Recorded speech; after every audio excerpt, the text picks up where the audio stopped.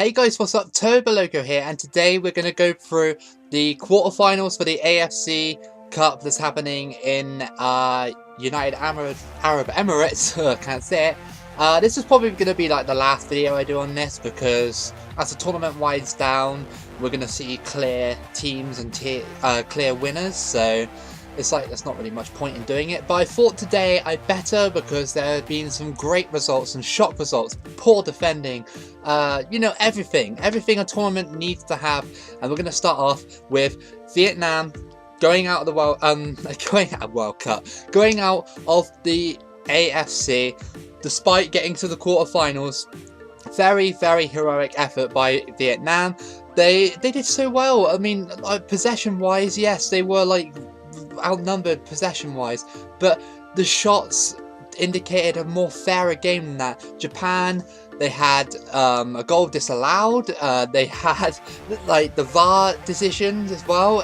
Vietnam was basically just like the fairy tale story for this tournament. I kind of like the underdog story of a tournament. It's a tournament where a smaller team gets to like this far and makes their nation proud.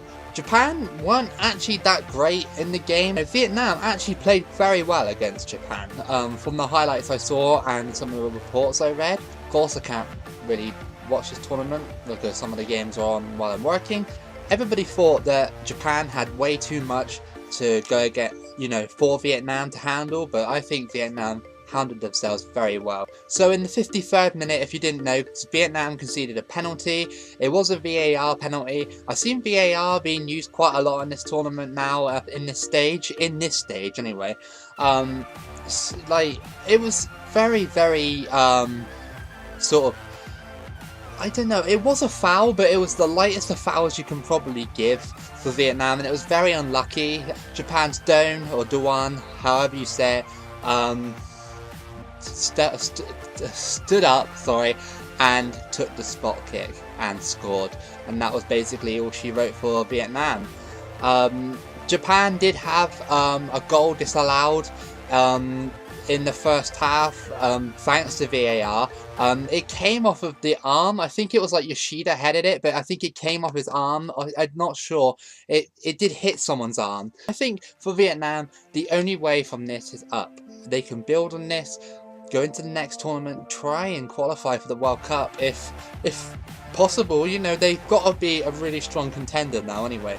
But as for Japan, they really have, in the past few games, really sort of like limped over the line, so to speak. I mean, Saudi Arabia pushed them to the limit. Despite scoring that header in the first half, they really, really struggled to contain Saudi Arabia. It wasn't because Saudi Arabia were just poor in front of goal, and going against a team like Vietnam don't really have that quality to sort of like match Japan in that sort of sense. But they did well, honestly, they did well, but I don't think they had the quality to sort of like beat Japan anyway. But I mean, I said before Japan were going to win this tournament. I actually don't think so anymore. I want to change my prediction. I want to say someone else, and we're going to move on to that right now, which is Iran versus China. Iran were amazing in this game despite China's so many defensive mistakes. So the first goal, literally, China, I don't know the centre-back's name. It'll probably be way too hard for me to pronounce, but he was playing around the ball at the back, he got dispossessed, and Iran basically slotted it in. Iran were dominant in this game. Like, I did not see any Chinese player go through on goal in the highlights anyway. First goal in the 18th minute was scored by Taremi. I don't know how to pronounce it. Sorry. I'm just reading off the script, okay? And then the second goal came in the 31st minute to Azmoun. I don't know. And then the third goal came in the 90th minute. That was Ansarifard. Is that right? Ansarifard. Yeah, China were just poor. Like, they were just poor. Defensive error after defensive error after defensive error. They only had 1 shot on target. Iran had 18 shots, 7 on target. So it just proves that how Iran could have beaten China more. And if China, like they say, they want to make this plan to try and win a tournament by 2050, they're going to have to, like, invest in players and stop investing in the Chinese league, as in stop buying players from foreign countries to try and make that league try and make it more watchable. They just need to just focus on home growth. That's all they need to do. But China are out, Iran through.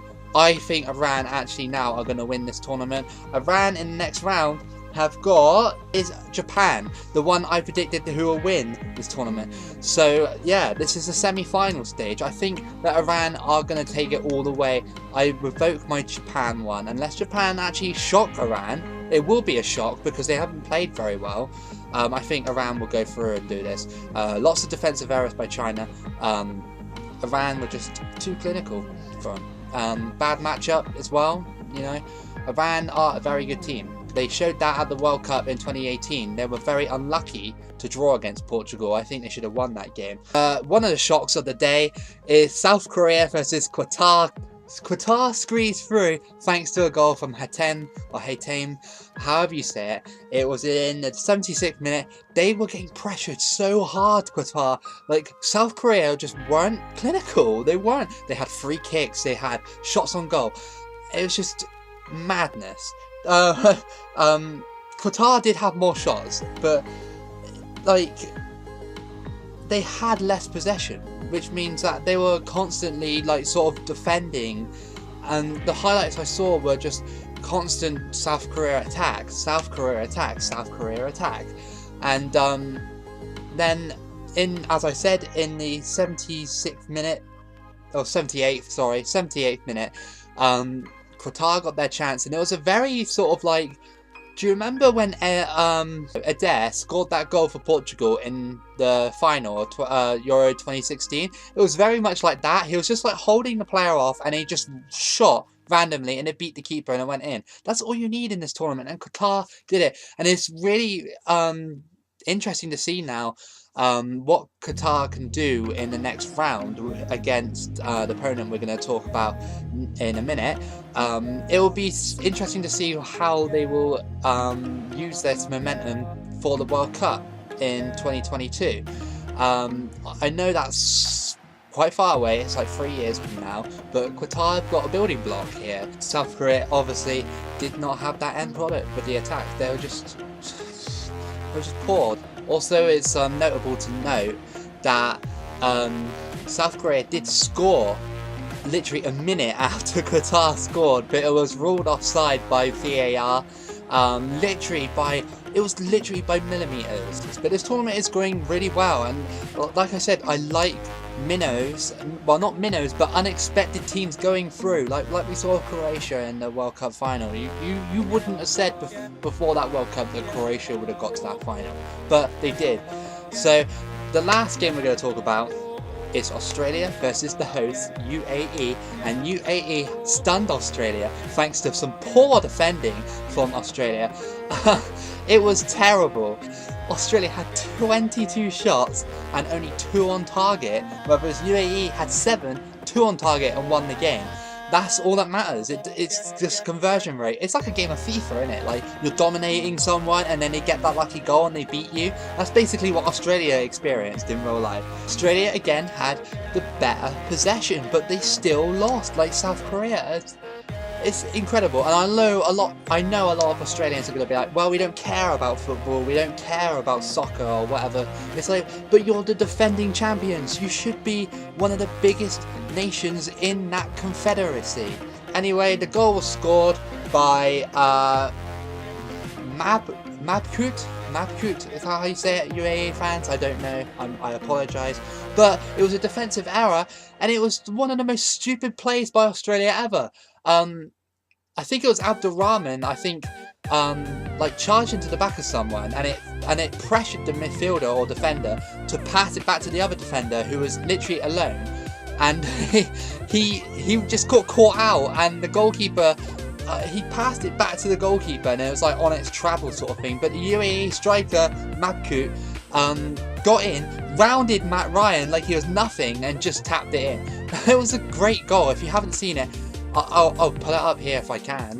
But like, if you want to go watch the highlights somewhere else, then fine. But it was a fantastic goal, and I think UAE now are going against Qatar. And correct me if I'm wrong, but is that like some sort of derby? I don't know. They're quite close to each other, aren't they? UAE and Qatar. They're both Middle Eastern, so I mean, Iran versus Japan. I think Iran will take that one, and then Qatar versus UAE. That's a really hard one to call. A really hard one for me, but I want to say Qatar, and I just want to say that because it might be good for the World Cup in the future if Qatar actually do this. And Iran versus Qatar, possibly, you know, I reckon Iran obviously will win it. I think they're too strong for Qatar, but we could see a shock. We could see a shock. That's just my little video on it, I guess. I hope you've enjoyed it. I mean, it's kind of like, I don't want to say rushed, but I wanted to get this out quickly because this is my last video on the AFC. I just wanted to cover it a little bit more, just for my Asian subscribers, maybe pick up a few Asian subscribers on the way, perhaps. I want to do this for future tournaments. I want to do it for maybe other football events in the future, sort of thing. I just want to see how people sort of respond to it, sort of thing. I'm kind of getting the general gist of it. But doing it on my own is quite hard, remembering the facts, even writing it down. I have to keep looking down and think, what a sort of thing. But anyway, I really hope you've enjoyed this. A few people wanted FIFA career mode. That's going to be coming out soon with Yeovil Town, my favourite team. Got other videos. Subscriber League has been put back intentionally for a week. So if you haven't put your team in, go on the latest subscriber video, the subscriber league video. I think it's called 42 teams, 2 leagues, or whatever. Put your team in and try and look for comments that try and look for teams that haven't been suggested yet. We're trying to go for 90 individual teams to cover the EFL. I think it's going to be really cool if we can do that. If not, then we'll just do the German League. This has been Toboloco. I hope you've enjoyed my video. If you have, leave a like, subscribe if you're new here with notifications on. That would be really cool. Keep it loco, and I'll see you again for the next video.